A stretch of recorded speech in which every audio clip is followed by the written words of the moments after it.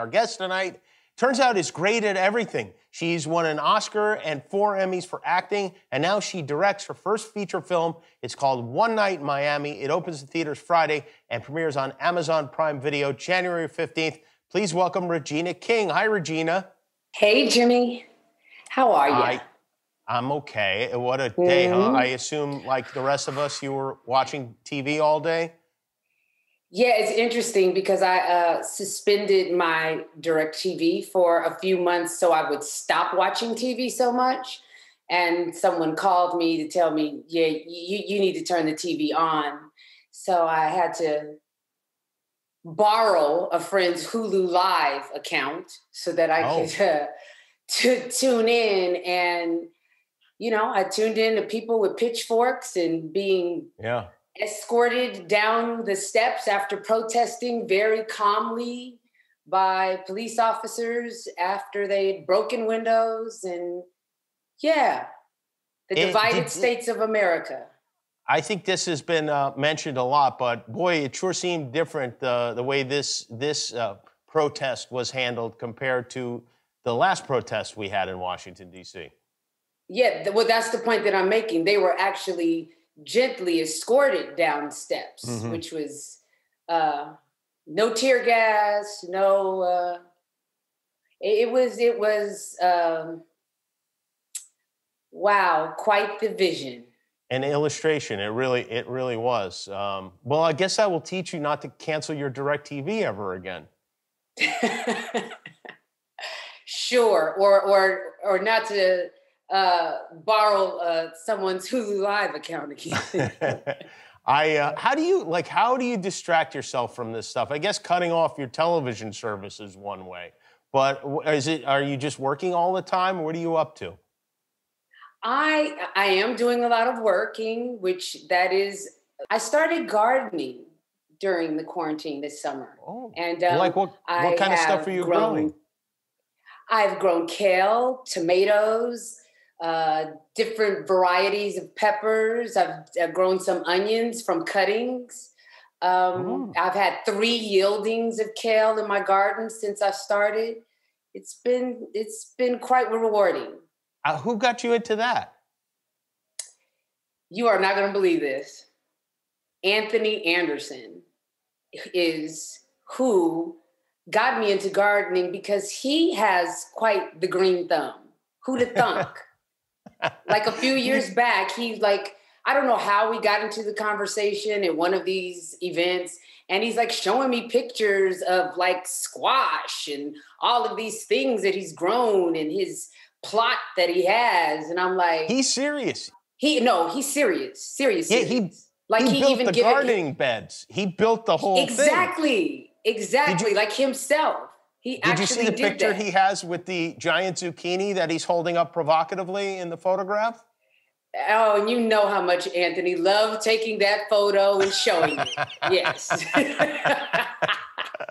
Do you have a gardening? But no, I was really impressed. And I've gotten a few tips from him and started my own.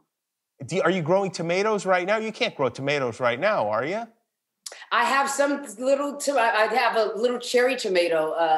I have 3 tomato plants, and the cherry tomatoes are actually still, they're turning red right now. Regina, I watched your movie last night, and I have a lot of questions about it. I want to talk about it. It's fantastic. We're going to talk about that. It's called One Night in Miami, and we'll be right back with Regina King. And I'm only 22 years old. There is no way I'm supposed to be this great. Look, Alexander the Great conquered the whole world at the age of 30, and I conquered the world of boxing at 22 without sustaining so much as a scratch. That's right. There he goes. You do the math. All right. When is this party going down? Yeah, that's a good question. What's on the agenda, Malcolm? Well, I thought this would be a wonderful chance for us to reflect on what's happened tonight. Like our young brother said, there's no denying that greater forces were at work. That is a clip from One Night in Miami, directed by Regina King. The characters being played there, Cassius Clay, who became Muhammad Ali, Malcolm X, Sam Cooke, and Jim Brown, the great football player. And this is something that in 1964, these guys actually got together when Ali beat Sonny Liston to win the heavyweight title. And Yeah. what an incredible group of people. How did you find out about this? Well, Kim Powers, the writer, it was actually a play that he had written. And he adapted his play into a screenplay. And I told my agent that I was interested in telling a story or directing a story that was a romance. And he brought me this. Maybe this is more of a bromance, but it was exactly the type of story that I wanted to tell, that I wanted to be a part of. We have a photograph from, I believe, that night, that weekend. There you can see Ali and Malcolm X taking a photo of Muhammad Ali.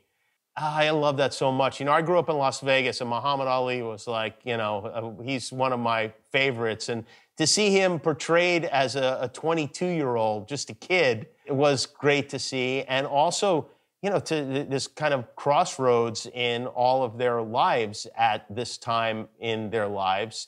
Jim Brown is the only living member of that foursome. Have you met him? Have you spoken to him about, you know, what really happened?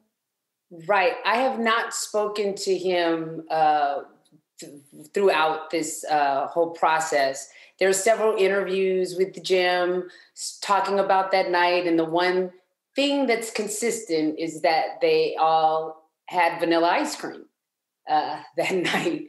But he's been pretty close-lipped about that night, and I feel, just being an artist myself, if I had a night like that with three powerhouse people, I probably would keep the conversations to myself as well. Oh, interesting, because I wanted to ask you about working with Tupac.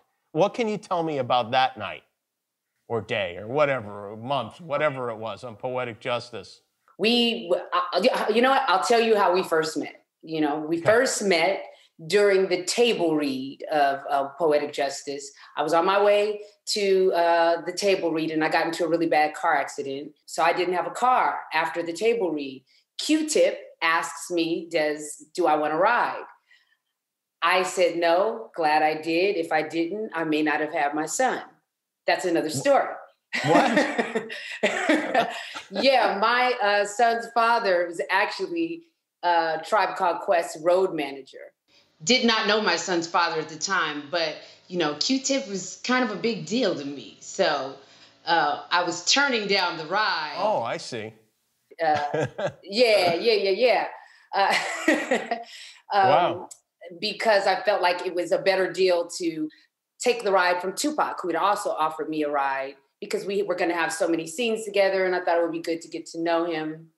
We ended up, you know, driving around before he brought me home, and just had a good time getting to know each other.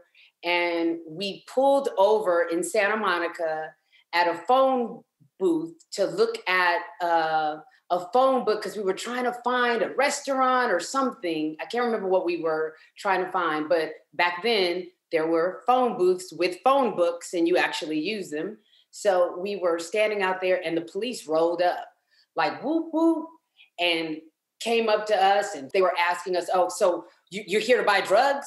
What are you doing here? What are you doing here in the neighborhood? When was the last time you smoked crack? I'm like, what? You know, we may or may have not smoked some weed, but crack, like, come on. But that was the first day Pac and I met each other. That was our experience. That is, what a life. And what a director you are. I mean, what a great job you did on this. I am so impressed. It's really a fun movie to watch, and excellent. It's called One Night in Miami. It opens in theaters Friday. It premieres January 15th on Amazon Prime Video. Director Regina King. Thanks, Regina. Good to see you. Thank you, Jimmy. We'll be right back. Jimmy Kimmel Live. This is ridiculous.